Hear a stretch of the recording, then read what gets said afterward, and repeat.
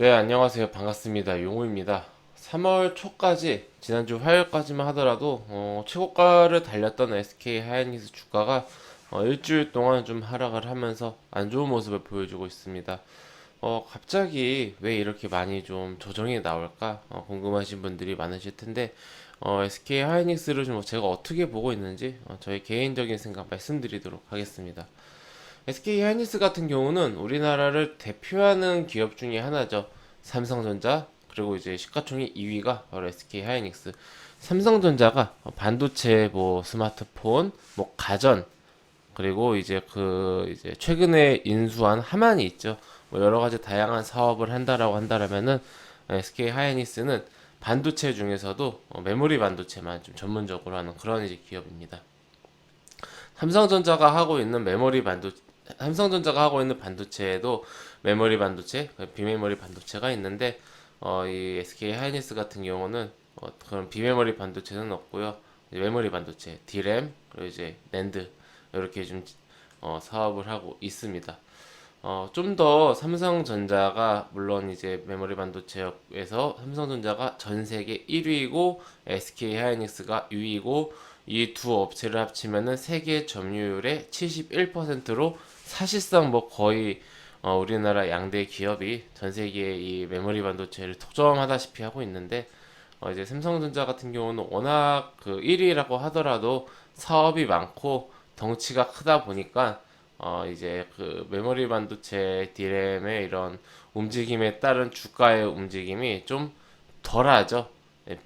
1위라고 하더라도 전체 파이에서 메모리 반도체가 차지하고 있는 비중이 크지가 않으니까 그것에 비해서 SK 하이닉스는 이제 그 자체이기 때문에 이런 D램이라든지 이런 메모리 반도체 이슈에 따라서 주가가 이제 굉장히 크게 움직이고 실제로 어떤 회사의 그런 실적도 좌지우지 될 수밖에 없고요.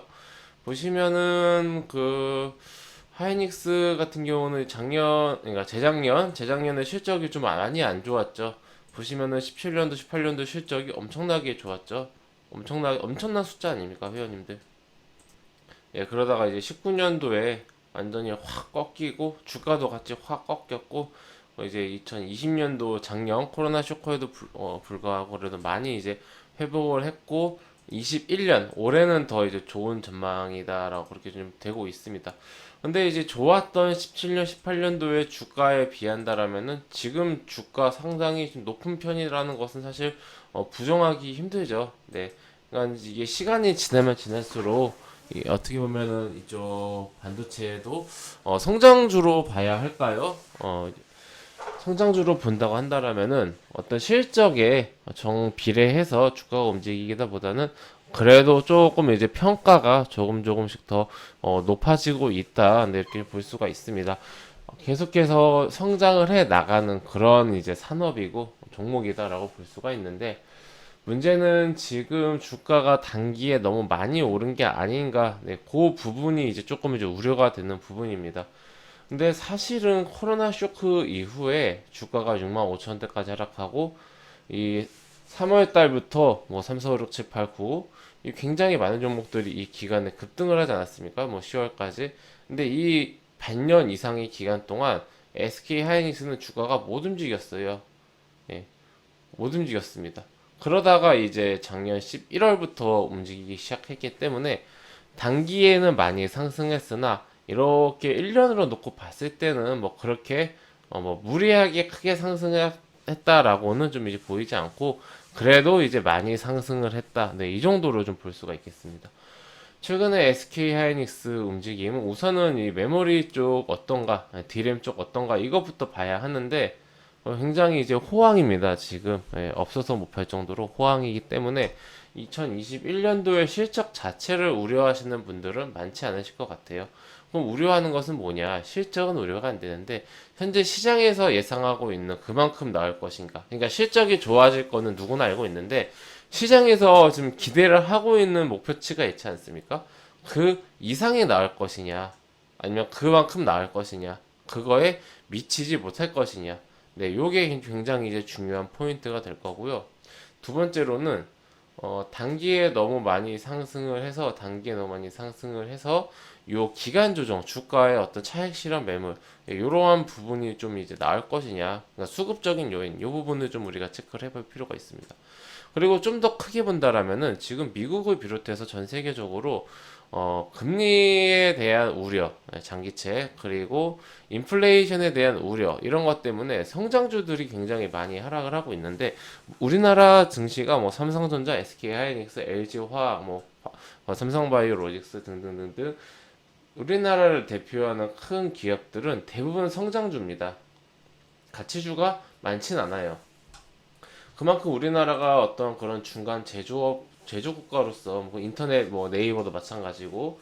근데 우리나라가 좀 이제 음 아무래도 우리나라가 국가적으로 다른 어떤 자원이 풍부한 나라나 그런 좀 인구가 많은 그런 국가가 아니다 보니까 제조를 하고 수출을 하고 뭐 그래야 되기 때문에, 이러한 상황 속에서 어떤 미국의 나스닥이라든지 성장주들이 상승을 할 때는 우리도 신나서 같이 상승하지만, 그쪽에서 좀 조정이 나오고 그쪽 미국이나 이런 데서 좀 가치주 위주로 방어를 해줄 때는 우리나라는 다소 좀 아쉬운 그런 시기일 수밖에 없는 것 같아요. 그런 이제 시기적인 부분도 있기 때문에 요 시기가 지나가야 뭐 SK 하이닉스도 그렇고 뭐 삼성전자도 그렇고 이렇게 상승을 좀 하지 않을까, 그런 생각이 듭니다. 네.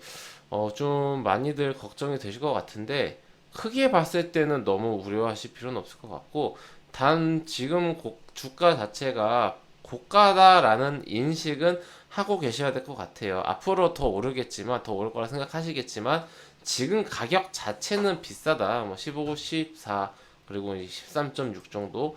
그렇다면은 우리가 차트적으로 주가를 봤을 때는 주가가 최근에 급등을 이제 하기 전 가격, 뭐 그런 가격대가 12만 원대 정도, 12만 초반, 뭐 12만 중반, 요 가격대가 그나마 어떤 좀 강한 지지를 받았던 가격대거든요. 지수는 어차피 지금 계속 3천선에서 왔다 갔다 하고 있습니다. 3천을 살짝 위에 올라서 갔다가 3천을 살짝 깨졌다가, 월 초에 1월 초에 3,200까지 단숨에 상승했었던 시기를 제외하고는 크게 3,200 이상은 뭐 간 적이 없고, 시간이 지나면 지날수록 3,000 언저리에서 움직이는 모습이 더 많아져요. 그렇다라면 우리가 지수 자체는 이 정도 수준으로 유지를 한다라고 했을 때, 주가의 어떤 그런 최근 강했던 지지를 받았던 가격은 이 12만 원대라는 것을 좀 인지를 하면서 갈 필요가 있고요. 여기까지 안 내려온다고 하더라도, 12만 원대까지 안 내려온다고 하더라도 주가가 보시면요, 상승하고 횡보하고, 상승하고 횡보, 하락하고 중간 하락하고, 상승하고 하락하고 다시 올라가 상승하고, 이런 식으로 상승 조정, 상승 조정, 상승 반복이 되고 있거든요. 그러면서 오르고 있어요. 이렇게 우상향하는 게 아니라. 그렇다면 지금 어떻게 보면 한 번에 상승이 끝나고 조정나고 횡보하는 이런 기간을 거치지 않겠습니까? 그럴 때 이제 저점을 잘 보는 거예요. 이렇게 움직일 때. 그러면서 이제 싸게 살려면 이런 저점에서 좀 노려볼 수가 있겠고, 아니면 나는 다 확인을 하고 올라갈 때 사겠다 한다라면은 저가 확인 후 주가가 살짝 올라갈 때, 머리를 틀 때 그렇게 접근하는 그런 방법이 있을 수 있겠습니다.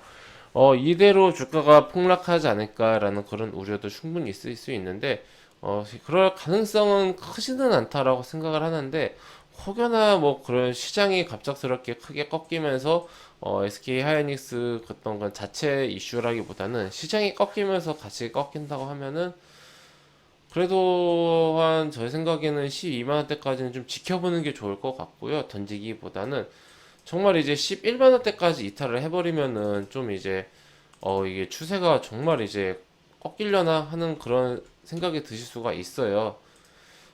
그럴 실제로도 이제 요 상황에서 단기에 11만 원대까지 깬다는 것은 사실 상상이 안 되기도 하고요. 그런 관점에서 봤을 때 우리가 SK 하이닉스는 이 11만 원을 지지해주고, 웬만하면은 12만 원대에서 지지해준다라면은 지금은 오히려 손절매를 하거나 매도를 이제 하기보다는 모아가야 되거나 신규 진입을 해야 되는, 새롭게 관심을 가져봐도 되는 그런 시기이지 않을까, 그렇게 생각을 하고 있고. 만약에 보유하고 계신 분들 추가적인 조정이 예상이 된다 한다면은 수익 실현 정도는 뭐 부분적으로 얼마든지 할 수 있는 그런 가격대라고 생각을 합니다. 13에서 15만 원대 사이, 15만 500원은 실제로 잠깐 올라갔기 때문에 보통 이제 13만 대에서 14만 대가 현실적으로 매도가 가능했었던 가격이라고 보입니다. 근데 이 가격대에서 뭐 수익 실현 조금씩 하는 건 뭐 저는 나쁘지 않고 그것도 좋은 전략인데, 이제 없는 분들은 지금 여기서 접근을 하시기보다는 조금 더 횡보하는 모습, 기간 조정이 나오는 모습을 지켜보고 접근을 하시는 게 어떨까, 네, 그렇게 생각을 합니다. 참고하셔서 대응을 잘 하셨으면 좋겠습니다. 네, 회원님들, 저는 무료 카톡방 운영하고 있습니다. 영상 하단에 있는 링크나 댓글에 있는 링크를 클릭하시면 제가 운영 중인 무료 카톡방으로 입장하실 수가 있으시고요. 해당 무료 카톡방은 100% 무료로 운영이 되고 있기 때문에 궁금하신 분들은 입장하셔서 앞으로 저와 함께 즐겁고 재미있는 주식 투자 이어나가셨으면 좋겠습니다. 네, 그럼 이것으로 오늘 영상 마치고 또 다음 시간에 뵙도록 하겠습니다. 감사합니다.